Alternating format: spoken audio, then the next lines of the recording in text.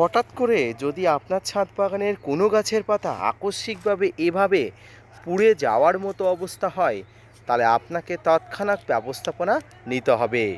আর এই ব্যবস্থাপনা অত্যন্ত দক্ষ বা নিপুণ হাতে নিতে হবে।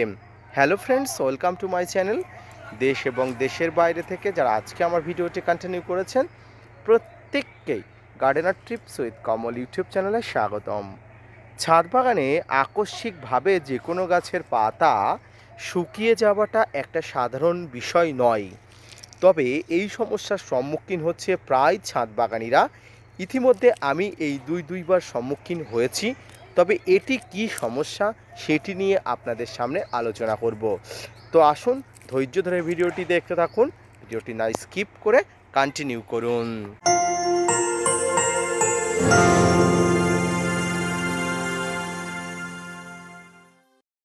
সম্মানীয় দর্শক এবং শ্রোতা বন্ধুরা, দেশ এবং দেশের বাইরে থেকে যেখান থেকে আজকে আমার ভিডিওটি কন্টিনিউ করেছেন, প্রত্যেককে নমস্কার, সালাম, আদাব জানিয়ে আজকে ছোট্ট উপস্থাপনাটি শুরু করছি। এই মুহূর্তে আমার ছাদ বাগানের সেই রবি লঙ্ঘন গাছটির অবস্থা দেখুন। সকালে দেখেছিলাম গাছটির পাতাগুলো ঝিমিয়ে আছে, বিকালের পরে ছাদ বাগানে এসে দেখি সমস্ত পাতাগুলো পুড়ে যাওয়ার মতো একটা অবস্থায় তৈরি হয়েছে। অর্থাৎ গাছের পাতাতে কোনো বিষক্রিয়া হয় স্প্রে হয়েছে, না হয় কীটনাশক ওভারডোজে স্প্রে হয়ে গেছে। এই সমস্যা আমাদের মধ্যেও হয়ে থাকে।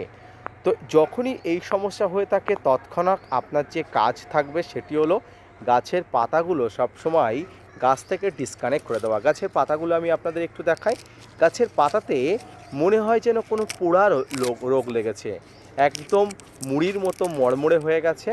এটি কিন্তু মারাত্মক একটা সমস্যা। এই সমস্যা সাধারণত দুটি কারণে হয়ে থাকে। এক, গাছের গোড়াতে কোনো রকম কোনো সমস্যাজনিত কারণে এটি হয়ে থাকে। দ্বিতীয়ত, ওভারডোজ কীটনাশক ফাঙ্গিসাইড বা অতিরিক্ত কীটনাশক ফাঙ্গিসাইড ব্যবহারে আপনার ছাদ বাগানের যে কোনো গাছে এমন অবস্থা হয়ে থাকে। তো যে কোনো কারণে গাছের এরকম অবস্থা হতেই পারে। আপনার ভুলবশত হোক বা আপনার গাছের কোনো রকম রোগের কারণজনিত হোক, এইভাবে পাতাগুলো কিন্তু একদম পুড়ে যাওয়ার মতো অবস্থাতে তৈরি হতে পারে। তো যাই হোক না কেন, আপনাকে যেটা করতে হবে, প্রথমেই আপনার গাছ থেকে কিন্তু পাতাগুলো সরিয়ে ফেলতে হবে। এরপরে গাছের গোড়া থেকে আপনাকে অবশ্যই ওই যে পাতাগুলো একদম সরিয়ে ফেলে পরিষ্কার পরিচ্ছন্ন করতে হবে।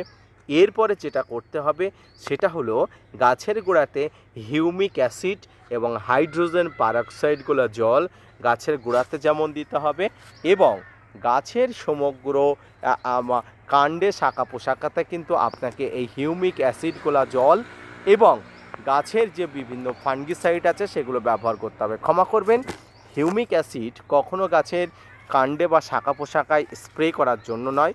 হিউমিক অ্যাসিড শুধুমাত্র মাটিতে হিউমাসের পরিমাণ বাড়ানোর জন্য। যখন গাছের সমস্ত পাতা ঝরে পড়ে, তখন গাছের উপরে একটা স্ট্রেচ তৈরি হয়, অর্থাৎ গাছের উপরে একটা চাপ সৃষ্টি হয়।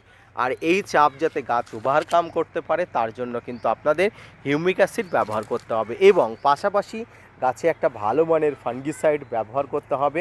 মনে রাখবেন, ট্রিটমেন্টটা কিন্তু স্টিক রাখতে হবে। পাশাপাশি হাইড্রোজেন পারঅক্সাইড, যেটা গাছের ডাক্তার হিসাবে পরিচিত, এই হাইড্রোজেন পারঅক্সাইড কিন্তু ব্যবহার করতে হবে ছাদ বাগানের গাছে। মনে রাখবেন, ছাদ বাগানের গাছে হাইড্রোজেন পারঅক্সাইড সপ্তাহে একবার করে আপনাকে গাছের গোড়াতে জলের সঙ্গে মিশিয়ে যেমন দিতে হবে, ঠিক তেমনই স্প্রে করে দিতে হবে। গাছের গোড়াতে ফাঙ্গাল ইন্সপেকশন থেকে শুরু করে গাছের পাতা এই যে পুড়ে গেছে এবং এগুলোকে আমরা ডিসকানেক্ট করেছি, এর জন্য গাছের নানা সমস্যা হতে পারে। তাই আগাম যাতে সমস্যা না হয়, তার জন্য কিন্তু গাছের এ টু জেড অর্থাৎ টপ টু বটম কিন্তু এই হাইড্রোজেন পারঅক্সাইডের একটা মিশ্রণ গাছে স্প্রে করে দিতে হবে। এই সময় গাছে কোনো ভারী খাবার মনের ভুলেও দেবেন না। মনে রাখবেন, গাছের ট্রিটমেন্ট চলাকালীনই কোনো খাবারের প্রয়োজন নেই। তাই ট্রিটমেন্ট চলাকালীনই গাছকে শুধুমাত্র ট্রিটমেন্টযুক্ত খাবারগুলো বা ট্রিটমেন্টযুক্ত ঔষধগুলো গাছে দিতে হবে। মনে রাখবেন, ফাঙ্গিসাইড আপনাকে মাস্ট দিতেই হবে। এই ফাঙ্গিসাইডের মধ্যে যদি আপনারা টাটা ব্লাইটক্স ব্যবহার করতে পারেন, খুবই ভালো হয়। ব্লাইটক্স সমস্ত গাছের পাতাতে, কাণ্ডে, শাখা পোশাকাতে যদি স্প্রে করে দেন, আশা করি এর ফলাফল আপনি ভালোইভাবে পাবেন বা আপনি চমকপ্রদাহ পেতে পারেন। প্রিয় দর্শক, এইভাবে ছাদ বাগানে অতিরিক্ত কীটনাশক ব্যবহারের পরবর্তী সময়ে আপনি গাছগুলো যদি পাতা ঝরিয়ে দেয় তার জন্য এই ব্যবস্থাপনা অবশ্যই করবেন। পাশাপাশি আপনি অবশ্যই ছাদ বাগানে গাছের উপরে কন্টিনিউয়াসলি নজর রাখবেন, যে নজরকে তীক্ষ্ণ নজর বা তীক্ষ্ণ দৃষ্টি বলে বলা হয়। এই নজর রাখার একটাই কারণ, গাছে যাতে কোনো প্রকার হার্মফুল পতঙ্গ আক্রমণ করতে না পারে তার জন্য। এক্ষেত্রে বলে রাখি, এই অবস্থাতে গাছে কোনো কীটনাশক অ্যালাউ করবেন না, কোনো কীটনাশক ব্যবহার করবেন না। শুধুমাত্র ফাঙ্গিসাইড, হাইড্রোজেন পারক্সাইড এবং গাছের গোড়াতে হিউমিক অ্যাসিড ছাড়া কোনো কিছু ব্যবহার করবেন না। জলের সঙ্গে এই সমস্ত পদার্থগুলো গুলে, অর্থাৎ hydrogen peroxide, humic acid continuously গাছের গোড়াতে ধৈর্য নিয়ে দিতে থাকুন। আশা করি আপনার ছাদ বাগানের গাছটি কয়েক মাসের মধ্যে রিকভার হয়ে যাবে। ধন্যবাদ।